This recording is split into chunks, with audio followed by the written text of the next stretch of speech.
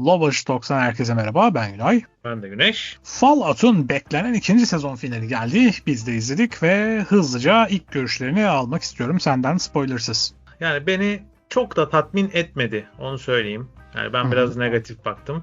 Biraz dağınıktı. Her yerde bir şeyler oldu.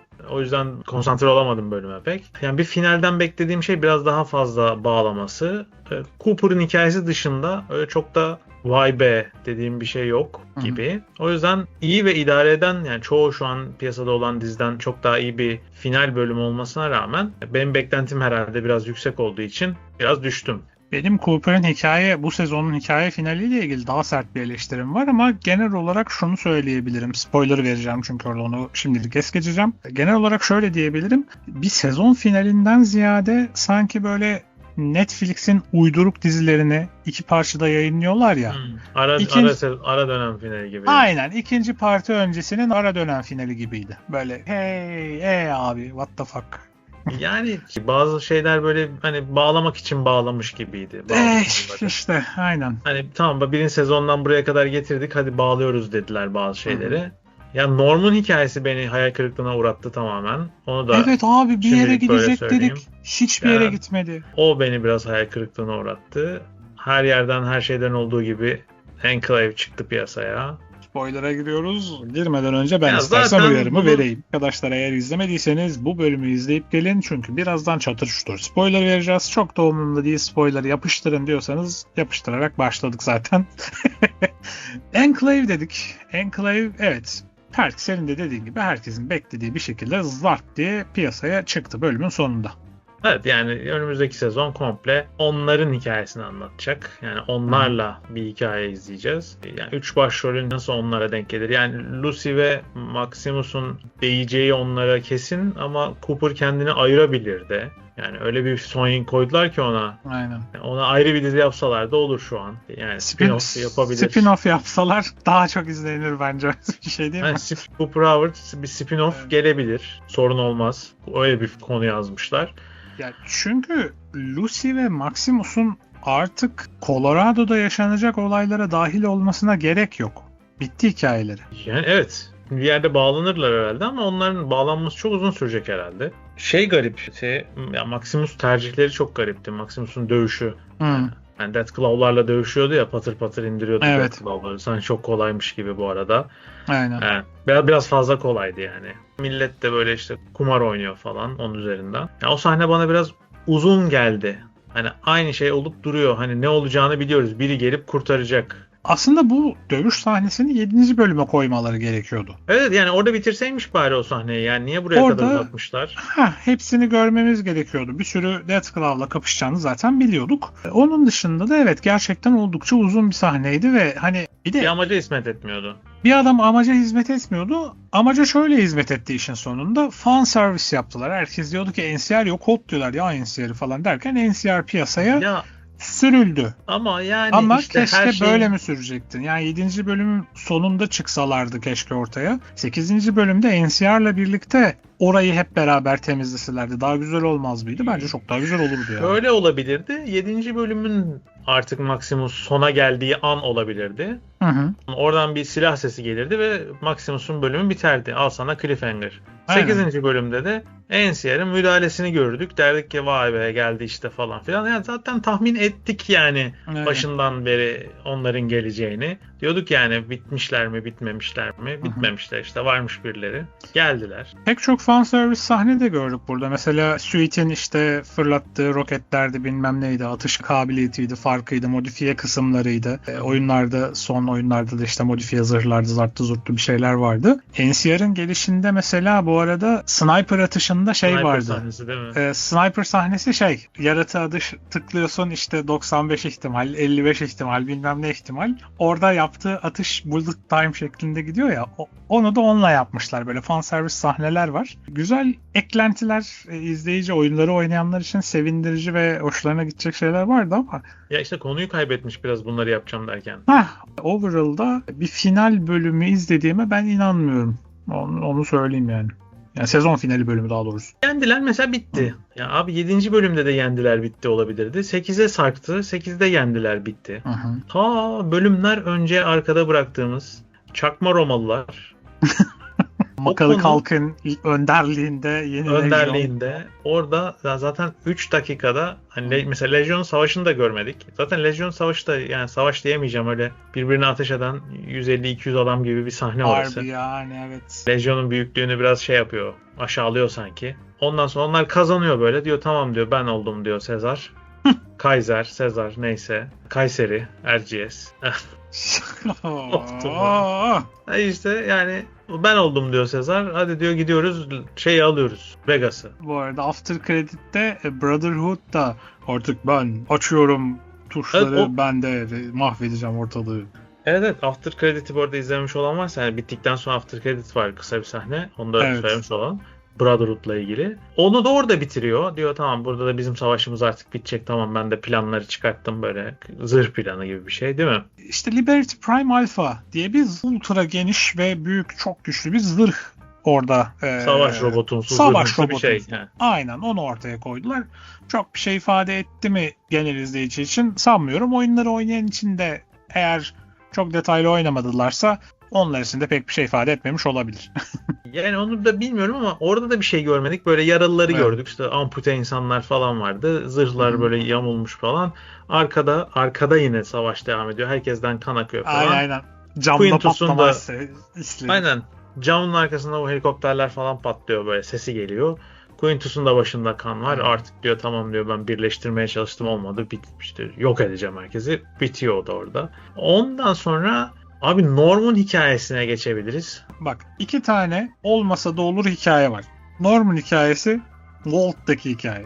İkisi de hiçbir şeye hizmet etmedi. Ya Volt'taki hikaye de mesela uzun verdi de yani ne olduğunu bilmiyorum. Norm için de aynı şeyi söyleyeceğim. Yani. 8 bölüm bir şeyler oldu, böyle az bir parmak bal çalar gibi böyle sahneler verdi. Yani bir şey olacak zannediyorsun. Abi sonunda herkes İlk bölümde gördüğümüz asansörün içinde yetiştirilen böcükler tarafından öldürülmek suretiyle yok edildi. Neymiş efendim? Bir kişi kalmış onlardan hayatta. O da ne hikmetse kız hayatta kalıyor. Ne hikmetse kız. Böcekler niye ölmüş onu da anlamadım bu arada. Yani ellerinde bir savaşacak bir şey de yok ki de bunların. Norm'a niye saldırmadılar onu da anlamadım. İlk başta böyle saldırıyorlar, sonra diğerlerini kovalıyorlar. Diyorlar burada daha çok mu var diyorlar. Onu da anlamadım. Norm'u içeri almadıkları için hepsi ölüyor falan. Böyle takdiri ilahi oluyor herhalde. Tamamen hayal kırıklığı bir final orada bence. Ya. Stephanie'nin hikayesi de öyle. Tek ilginç şey Enclave'in adamıymış Stephanie. Hank ve ya da yani Hank de olabilir bilmiyorum. Bunlar Enclave'in adamıymış. Enclave Stephanie için çalışıyormuş. Hank bu arada evliymiş. Onu da öğrenmiş olduk. Evet. Geçmişteki sahnede gördük. Aynen. Ta geçmişteki ilk sahnede o Diot'u başkana verdim zannediyordu. Aslında Enclave'e vermiş. Yani bütün her şeyin neden olan aslında Howard'ın o vatanseverlik yaptım zannettiği anmış. Senatör kadının başı işte çok iyi bir insan olduğu için, sakin, pasifist bir insan olduğu için kullanılıyormuş. Onun zihnindeki düşünceler aktarılıyormuş. Kafa muhabbetini chatte birisi yazmıştı. Tahminin tuttu kardeşim. Helal olsun. Bravo yani güzel tahmin. Yani şey böyle nasıl söyleyeyim? Biraz abartı olabilir. Biraz da benim bu söylediğime kızabilir millet ama Meksika dizisi gibi bitti. Evet. Hani, her şey hızlıca böyle. Eskiden şey olurdu böyle. Sündürür o marlar bilmem neler. Haberler öncesi. Orada 200 bölüm, son bölüm her şey çorap söküğü gibi çözülür. Aynen öyle oldu. Lucy'nin işte Coop şimdi eleştireceğim kısımda burada yine. Lucy'nin hikayesi tam olarak dediğin gibi bir Meksika hikayesi gibi bitti. Ve abi Cooper'ı plot armor olarak kullandılar. Cooper'ın bütün hikayesini izledik. Cooper çoluğuna çocuğuna da kavuşamadı hikayenin sonunda. Colorado'dalar, şimdi onu öğrendik.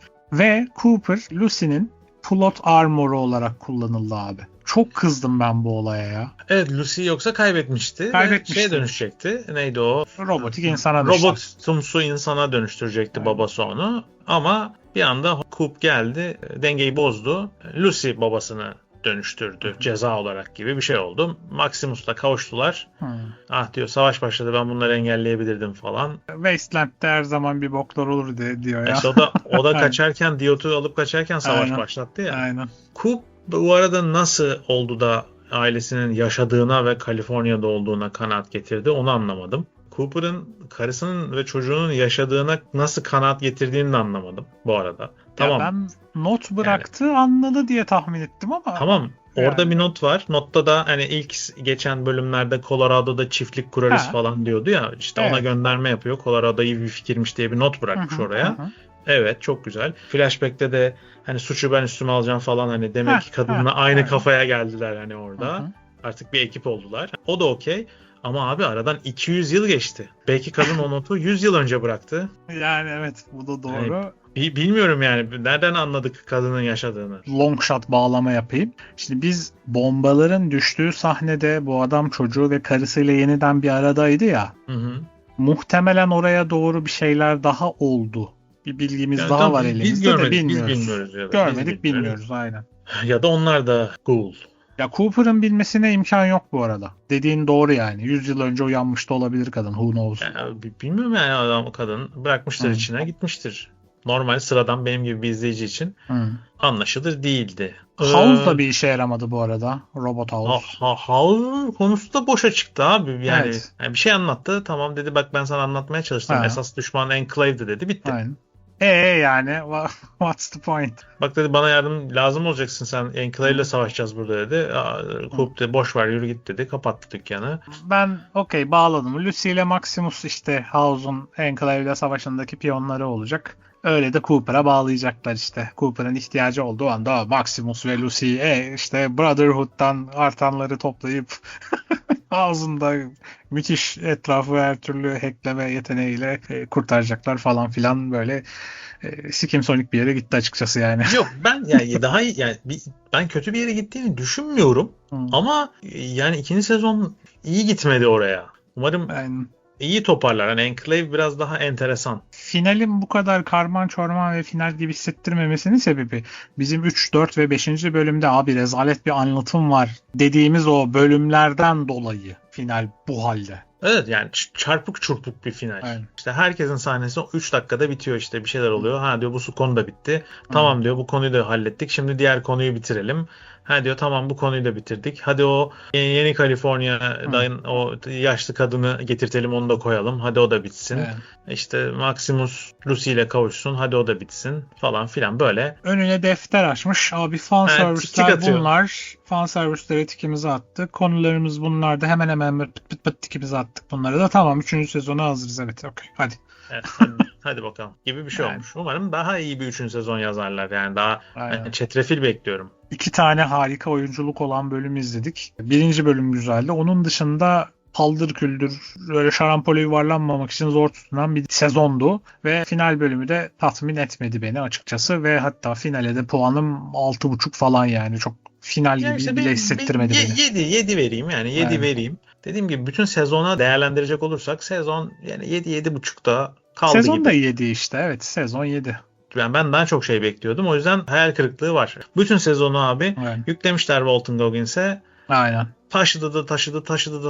Final bölümünü bile o taşıdı. Aynen. Yani geçmiş sahnesiyle. Plot armor bile oldu adam. Her şey yani oldu. Onu bile oldu. Her şey oldu. Aynen. İşte hadi eşinin ve çocuğunun yaşadığını varsayalım. Evet. En yine merak ettiğimiz hikaye yine onunki şu an. Aynen. Nasıl hayatta olduklarından emin oldu. Nerede ne olacak? Hayattalar? Colorado'ya nasıl gidecek? Ne var orada? Enclave'in nasıl bir üstünü göreceğiz? Falan filan. Bu kısım bence daha bir merak uyandırmıştır insanlarda. Aynen. Çünkü tekrar söylüyorum, Maximus ve Lucy House'un piyonları olacaktır diye düşünüyorum. Onun dışında olmayacaklarsa zaten hikayeleri bitti. Ben sanmıyorum. Bakalım, göreceğiz ne olacağını. Aynen. Ekleyecek daha fazla bir şeyimiz kalmadı herhalde. Düşünüyorum. Herhalde konuştuk her şeyi. Sezonu da değerlendirdik. Aynen. After Credits'te konuştuk. Her şeyi konuştuk. O halde arkadaşlar, buraya kadar bizi dinlediğiniz için çok teşekkür ediyoruz. Sezon boyunca bizimle yol alan, yorumlarda bizimle beraber Fallout'u takip eden ve komüniteye değerli katkılarını sunan herkese çok teşekkür ediyoruz. Aynen, teşekkür ediyoruz. Yani yorumlar iyiydi. Bizi de geliştirdi. Biraz da okuyup araştırmaya da itti hatta. O yüzden herkese teşekkürler bu yolculukta. Ve diğer içeriklerimize de herkesi davet ediyoruz. Çünkü 1 yıl mı 2 yıl mı var önümüzde yeni sezon için bilmiyoruz. Kendinize iyi bakın arkadaşlar. Videomuzu beğendiyseniz beğeni bırakmayı, kanalımıza abone olmayı ve yine bu bölümün için yorumlarda görüşmek üzere diyoruz. Hoşçakalın. Hoşçakalın.